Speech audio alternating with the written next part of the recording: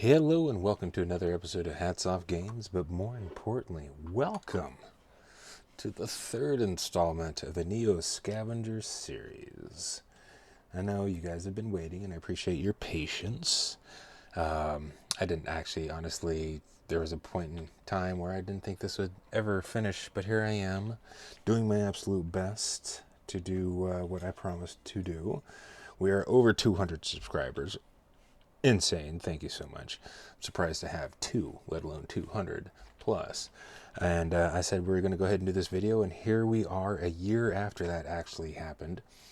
And yeah, let's get to it. So I did my best to kind of pick up where we left off from video number 2, and but it's going to be a little bit different. Okay, so I did not have that encounter with the person. They gave me a few things. I think I got some shoes off of them, a few other things like that. So let's go ahead and just kind of figure out where we are now, and let's move on. Okay, so the best way to do that is look at our inventory, and honestly, you know, that's that's what this whole game is about, right? Is your inventory. It's about your things. Okay, it's what you scavenge. And so I've done some crafting. I've got my meat, as you can see here. I've got some smoked. Now I didn't do all of it because odds are, it's not even odds, it's a guarantee, this is going to spoil before you need it. Okay, so I did some of the smaller things because they take less space in your inventory. We still have the large fire going right now. I have our broad spear with the piece of glass on the end of it, and I used the armband that we had to tie that glass to the long stick that we made our broad spear with. And as you can see, we're at a condition of 82%, which is pretty good. Okay. So at this point, we still have 0 storage. Okay. So what we're going to do is we're going to start exploring around where we started. And we started in this cryo center. And we really have no recollection of what happened prior to this day. Okay, we woke up, there's glass around us, we're on the floor, we're in this like surgical gown, and there's this crazy wolf man that's out in the hallway coming towards us. And since we chose the certain skills that we chose, we were able to beat up this wolf man and then skin it and create a lovely jacket, which is going to keep us warm. Now, as you can see, we have no shoes. We're going to need to take care of that real fast. We have no storage for items. So right now we have 2 hands. And that's pretty much it, right? And one hand has our weapon. So we need to find some storage. So let's go ahead and jump out of our inventory. And we're going to kind of make this our temporary home base, is this cryo center. Now we're going to jump back out to our main map, this hexagon little icon here. And as you can see, it's the Siges, I don't know, cryo facility. We're going to make this home for just a few rounds, hopefully. Now, one thing that I have noticed, and it might have been a previous build to where we are now, version of the game, but there hasn't been any new ones for a while. The developer's been working on a space type of version of this, another game, which I haven't tried yet, and I would highly recommend it. Splattercat Games has a quick little intro into the game itself, but I highly recommend just supporting this publisher. It's Blue Bottle Games. I don't know if he has more people involved now, but you know, for this game it was one person, right? And I love that one person creating something that they love, right? You know, it's just a beautiful thing to be able to experience what someone else has put their blood, sweat, and tears into. So definitely check it out. Okay, look at Blue Bottle Games. Go to their webpage. Check out Splattercat. He does tons and tons of indie games. It's like every other day he comes out with a new video. This guy's a pro. So check it out. And but yeah, so what we're looking at right now is I have done very little adventuring. I went into the woods. I grabbed some sticks. I created the fire. I got the broad spear going. I cooked some meat. I don't really need to eat anything. I think I may have eaten something. But as you can see on my upper left-hand corner, my hunger's good. Thirst is good. I'm rested. So I'm ready to go. Okay. So what we're going to do is we're going to head southwest here. And we're going to go into this set of abandoned houses and trailers. And it's going to tell you once you hover over it, and you can see here we've got orange, which means we can't just jump to that space. Anything that's green means we can move to it. So we can even move into whatever this mysterious place is below us. Odds are it is forests, and that's why we can't see it. Okay. It is raining, which will affect how much we can see. It's dawn, so there's some light, but I don't think it's full light yet, which will affect how far we can see. And also, if we can remember from 7-8 years ago, we have certain skill set. And we have positives up here: tough, trapping, lockpicking, melee,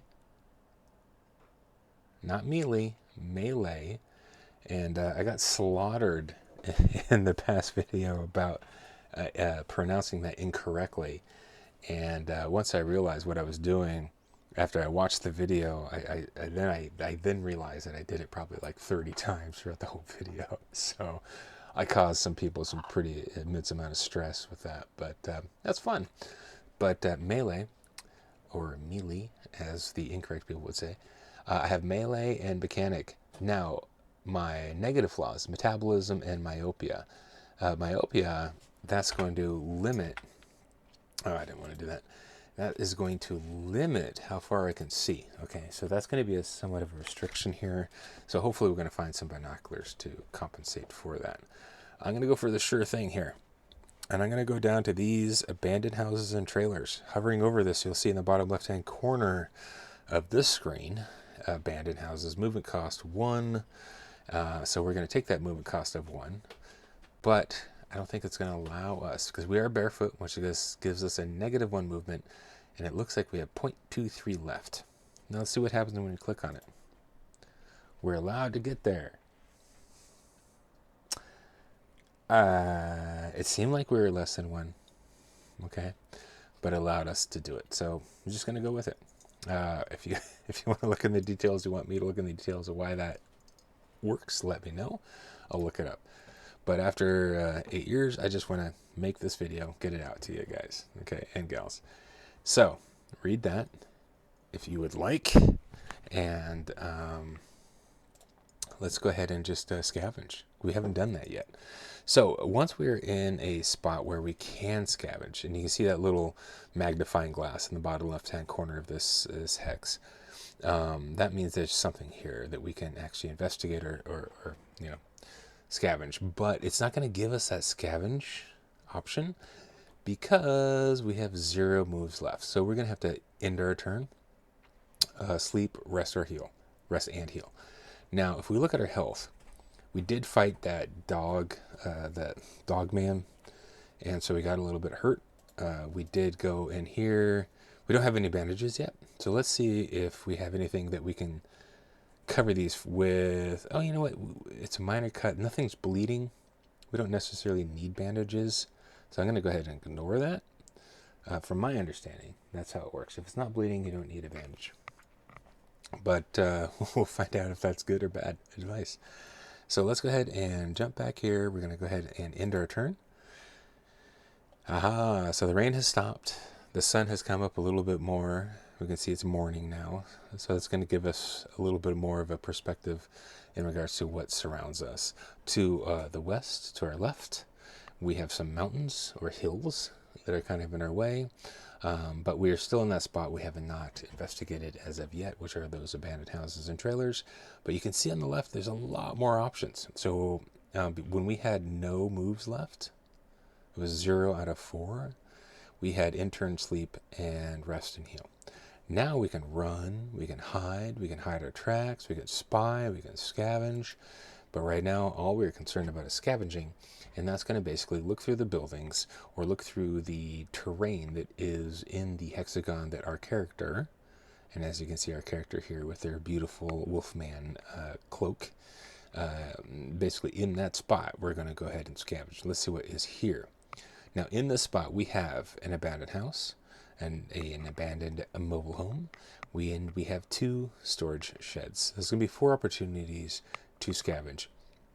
Each time we scavenge, it will take moves. Let's go ahead and do the house. We'll push that over. So when you click on it, if you look at the bottom, these are what the options that we can have for this encounter. We can just stop and leave. We can just do the storage shed first. It doesn't matter. But once we click on something and we move it over to this section, that means we're going to go ahead and scavenge and look into this house. Now, if we had a lighter or a crowbar, I mean, there are other items we can add to this, which will change the amount of loot. It will change the safety level. They have different things that they can affect these items. Lighters are great. It usually ups the safety and the loot that we find. Crowbars up the loot, but sometimes they make more noise. You know, it's pretty thematic. I like it. But for right now, we're just going to go ahead and throw the abandoned house, and we're going to go ahead and scavenge. And then this is the point where we get that opportunity to add what we need, okay, to that scavenging ability. So as you can see, we're going to scavenge this house. Our loot is pretty minimal. We're not going to get a ton of stuff here. Our safety is pretty good. We're probably not going to get hurt. And there's probably, looks like maybe a 55% chance that somebody's going to hear us. And basically, that's not necessarily like, you know, a game ending type of a situation, but it's just going to make some noise. If there's another character or creature within the vicinity of this activity, they have a higher likelihood of coming in our direction. That's basically it. Now, if we had a lighter, that would up our loot and up our safety and lower our sneak because we're creating light, right? Same with a crowbar. Let's see what mechanic does, because it gives us that as an option, right? So we put mechanic over. As you can see, it's lower. Look at our loot. It lowers it. Okay, but now look at our safety. It raises our safety. Sneak has no effect on our sneak. So essentially, we're using our mechanical skills, our engineering background, to evaluate the situation of this house and say, hey, let's not step here. Let's not open this door. Let's not do this, because structurally, it doesn't look sound. Okay? And that's, to me, thematically what that means. So, but right now, since our safety is so high, we're really looking for some loot. Okay? So I'm not going to use the mechanic skill. I want loot as high as possible. If safety was maybe half or less, then sure, I'd use it. Because, I mean, you can get hurt in a scavenge, and that could end the game. Maybe not right then, but you might get an infection from an injury, and it's just over, right? So you got to be very, very, very careful. You do not want to get hurt in this game. Better safe than sorry. But our safety is pretty high. Okay, that's up in, I don't know, what, 90-something% safety. And loot, though, is so low, I just can't afford to make it any less. So we're going to confirm our option. We're just going to straight up loot this place and see what we get. We're going to click on confirm. And if you watch really fast, you can kind of see these images or icons of what we're finding. They're going to scan from the right side of the screen really quickly to the left. Did you see that? All right. So they're gone. If you look in the upper portion of the screen, you'll see it says you found something. Go to the item screen to see what it is. I think that's a great idea. Okay, we're going to confirm this. Here we are back, and that took one entire movement. We had 4 out of 4. We're now at 3 out of 4. Now it's at item screen to see what we found. Let's go see what we found. Let's go to our items screen. This is everything that is on the ground that we were able to scavenge from this house. I'm seeing shoes. And you know what's even bigger and more important than seeing shoes is I'm seeing a left shoe. Conditions 38%. Meh. 68% for a right shoe. So we have a left and right, which is pretty awesome. So let us take a look at the boot, though. The boot is a 87% right. You know what? Let's go ahead and put this on our right foot. There it is, on our right foot. Now remember, the character is facing us. Our right is the character's left. Okay, so this is positioned incorrectly in my mind. Okay, so it should go here. That's the right foot of this character image, this representation of herself. Okay, now I had automatically clicked to say put it where you want to click it, where you want to put it, right? It put it in the wrong place. If you are wearing a shoe that's on the wrong foot, you will get blisters. Okay, this is serious stuff. And so you want to make sure that your shoes are in the right place. In the other video, if you can remember from 8 years ago, I had mentioned that I prefer to actually drag and drop, put things where I want to put them, not where the game wants me to put them. Okay, because as you saw right there, it's not always right. Okay, so we have the better boot, the 87% of condition on our right. Let's go ahead and let's look at the left. There's left. I will double click because it's going to go nowhere else but the left foot, right? Or correct? So there it is, left. Now, there's some other things here. We've got makeshift rag shoes. I never use them. If I put those on my feet, it almost seems like it's worse than having nothing. Maybe it's just me. Right? I don't know the numbers. Go ahead and check it out on Fandom or Wiki or whatever. But it seems like when I have makeshift rag shoes on, I get blisters. I get issues with my feet immediately. Whereas barefoot, it takes a while. Okay.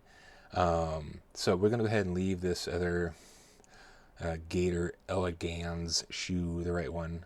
We're just gonna leave it here. We do see a hoodie, which we're gonna go ahead and take, because right now we have just our gown and our fur coat. So let's go ahead and throw our hoodie on, which gives us some storage. And in that storage, I'm going to throw this lighter. As you can see, the lighter's at 40%, almost 40%. Okay, this is great. We want a lighter. And let's go ahead and put our dog fur coat back on. Boop. There. Oh, sorry. There we go. And also the other thing I see here is a disposal bag. So it's just this little ball. So I can put this in the pocket of the hoodie if I want to, right? But what I really want to do is put this in my open hand. Now look at that. I'm carrying an open bag, like a grocery bag, which is 37%. I need to keep an eye on that. Remember, bags, when they deteriorate, and they can just from moving around, your stuff just falls on the ground. And if you're not paying attention, you can just cruise across and keep on moving. And then later you realize you just lost a bunch of stuff. And then you have to go back and figure out where it was. Okay. But that's kind of cool about this game, is it's still there. It doesn't despawn, okay? This is a nice thing about single-player games, is that they're sometimes the what's on the ground stays there forever, right? So this gives us more storage, which is awesome. And what I like to do with that storage is I'm going to go ahead and take some of these assorted small parts. I'm going to put them in my hoodie. And I'm also going to go ahead and take some of these pebbles and put those in my hoodie as well. Because once I put this fur coat on, you can see I can't access my hoodie, right? I have to take the fur coat off. Then I can access those pockets in the hoodie. So now that they're full, put the fur coat back on, and I have some space here. Now, newspapers, it's interesting. They do have some lore, so I recommend reading the small bits. You can also use newspapers to start fires, things like that. I'm going to leave this newspaper here and not worry about it, just because. So let's go ahead and go back into this world. We've explored one building, right? That house. We still have a trailer and 2 sheds. There it is. Or not trailer, I'm sorry, the mobile home and 2 sheds. Or we can just leave and go back to the screen where we're on. So let's go ahead and do the mobile home. Confirm. Now, since we found that lighter at the house, let's throw the lighter in there. Did you notice? Our loot and our safety. Look at loot and safety. Safety goes up, loot goes up. Safety goes up because we can see more. Okay? Now this will use some of the condition on this lighter. It eventually will burn out. But another thing to look at is look at the sneak. It's in orange or yellow, whatever you want to call that, which is kind of your medium, right? It's like, oh, it's okay.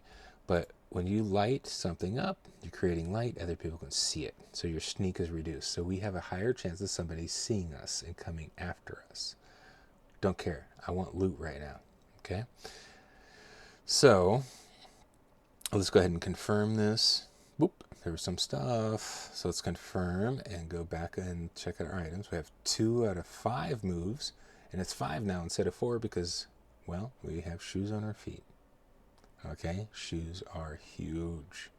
Whole extra movement. That is massive amount of advantage, right?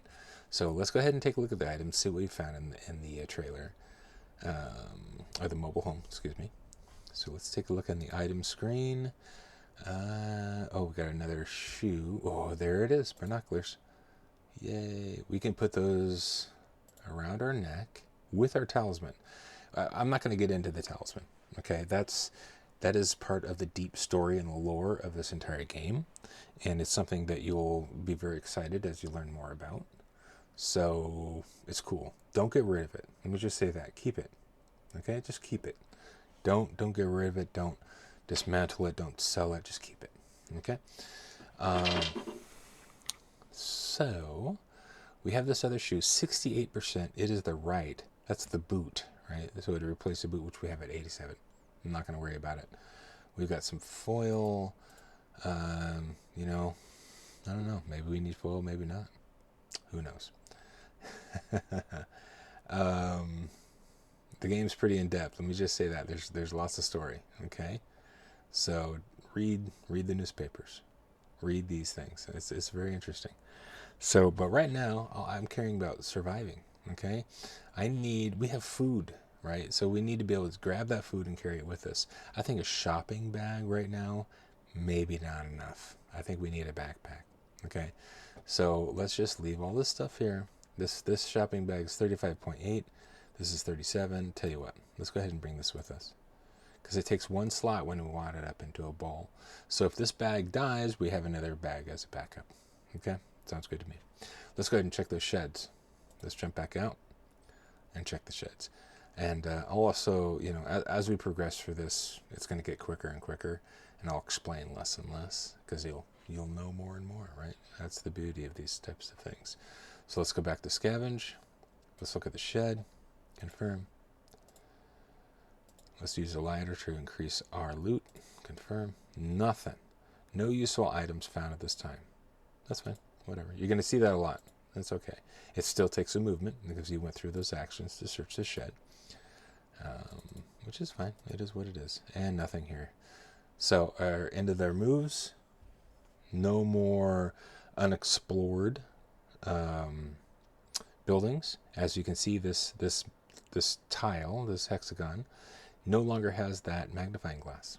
It used to, but it doesn't anymore, and the reason being is because we searched everything. So there's nothing left to be searched. And right now we have no movement, so we need to end our turn.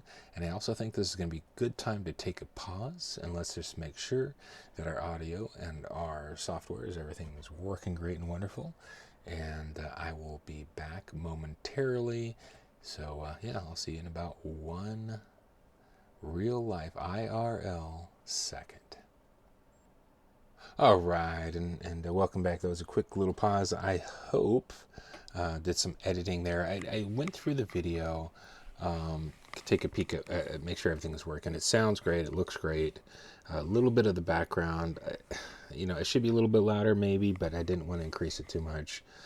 So I just kind of left it as is. But there's a few things that I did notice. One of those things is when I look at the items on the ground, it's not just showing the last place I scavenged. It's showing all the places that I scavenged and what's on the ground. So when I went to that second building, the sheds were empty, right? So when I went to that second building, there was a house, there was a mobile home, and then 2 empty sheds. I went to the house and found some stuff, and then I went to the mobile home.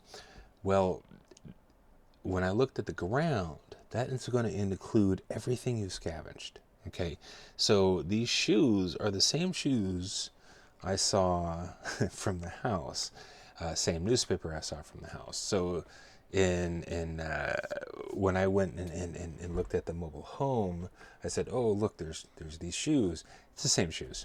Okay, so if you search 4 different places and you don't pick anything up, when you go to your item screen, all 4 places will be there. Okay, and that's one way to play the game, is as opposed to search something or scavenge it and then look at the items, put them in the inventory, then go back and then scavenge the next building. Let's say, instead of doing that, you decide to just go ahead and scavenge and then everything goes over. Then you scavenge again, everything goes over. You scavenge again, everything goes over, and you scavenge until there's nothing left to scavenge.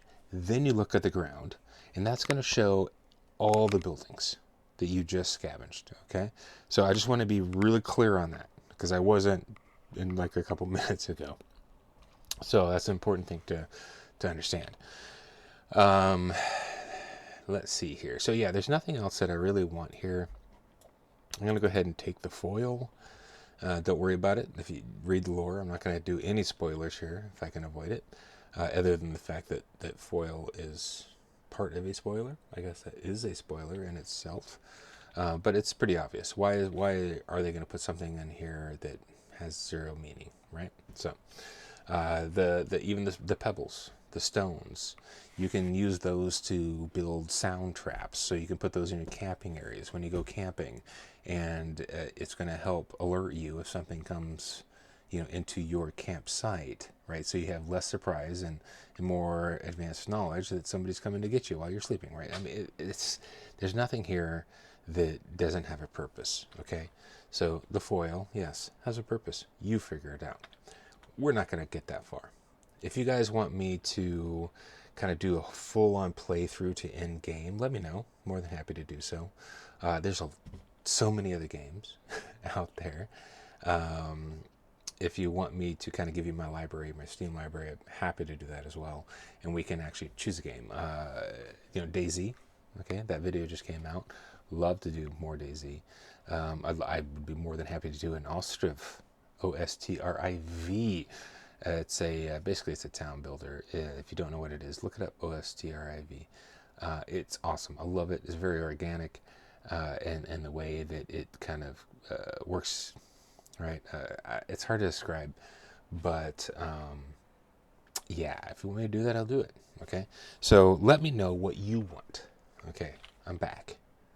I'm here for you. Okay, the only reason I'm doing this video is for you. I would play Neo Scavenger, but I don't need to record and I don't need to edit. But I'm going to because I promised that I would, and people asked for the third video, so I want to do that.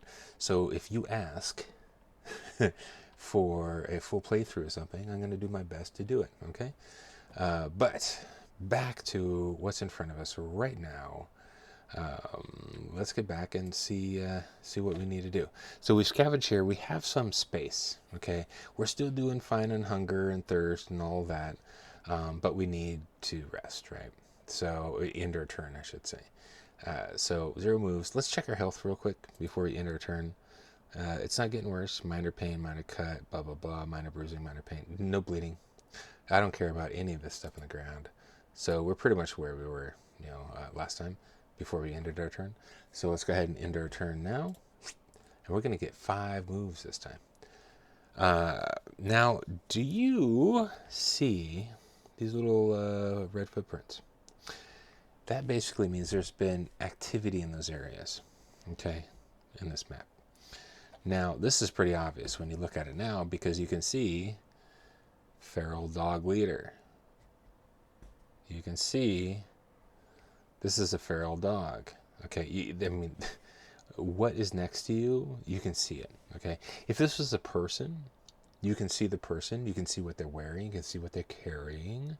It's really cool how they will make these tiny little icons represent exactly what is over there. Okay, so if that's a dog's a dog. They don't wear shoes. Okay, they're not carrying a weapon.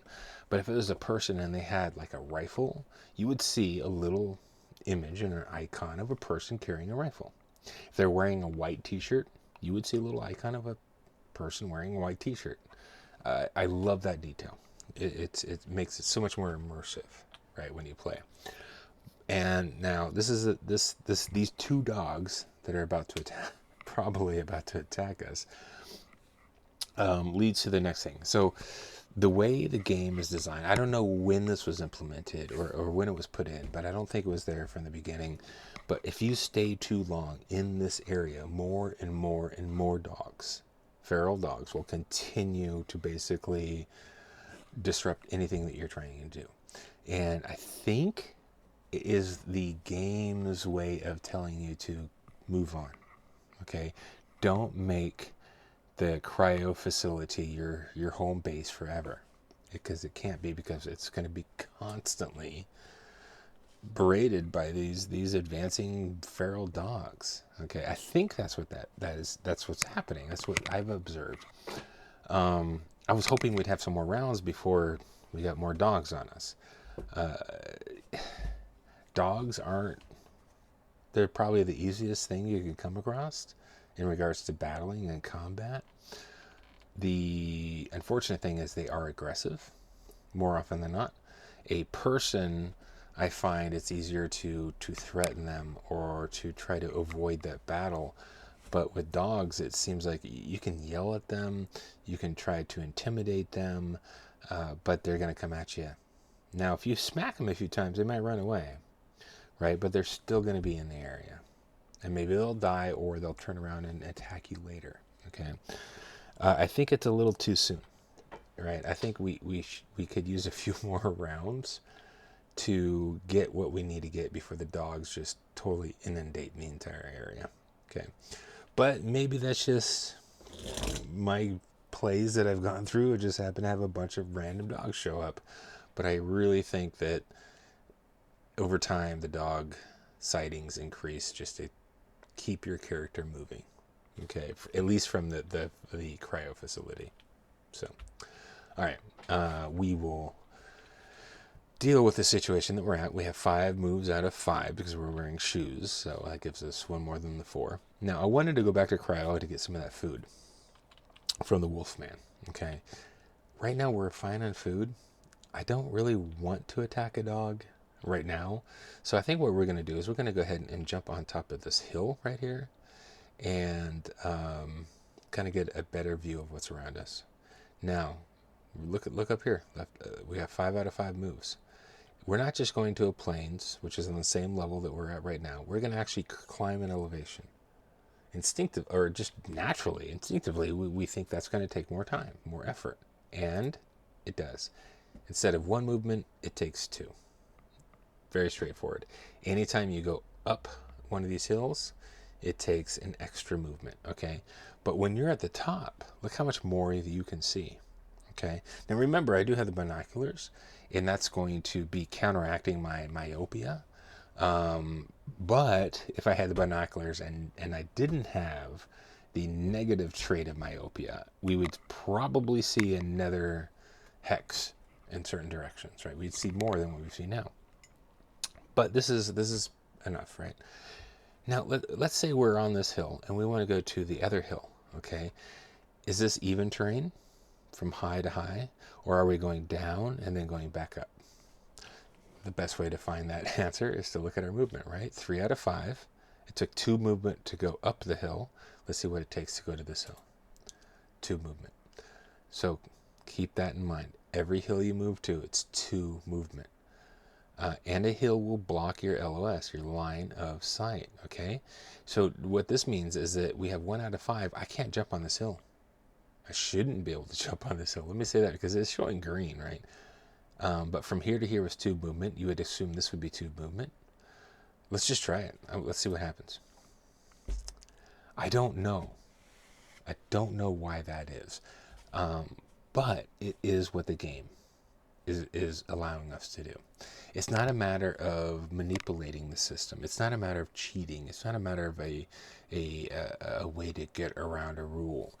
This rule was set up for us. And we live in this world that this person created, Neo Scavenger. Let's live in it, let's understand it, and let's use it to our advantage, right? But I don't know why it's designed to allow us to do that. So from one hill to another is 2 movement, but if you only have 1 movement left, you can move to another hill for only 1 movement. I mean, that's kind of giving us, a little boost, right? So, gift horse in the mouth. Do we look at it and figure out why this is going? Is this a bug?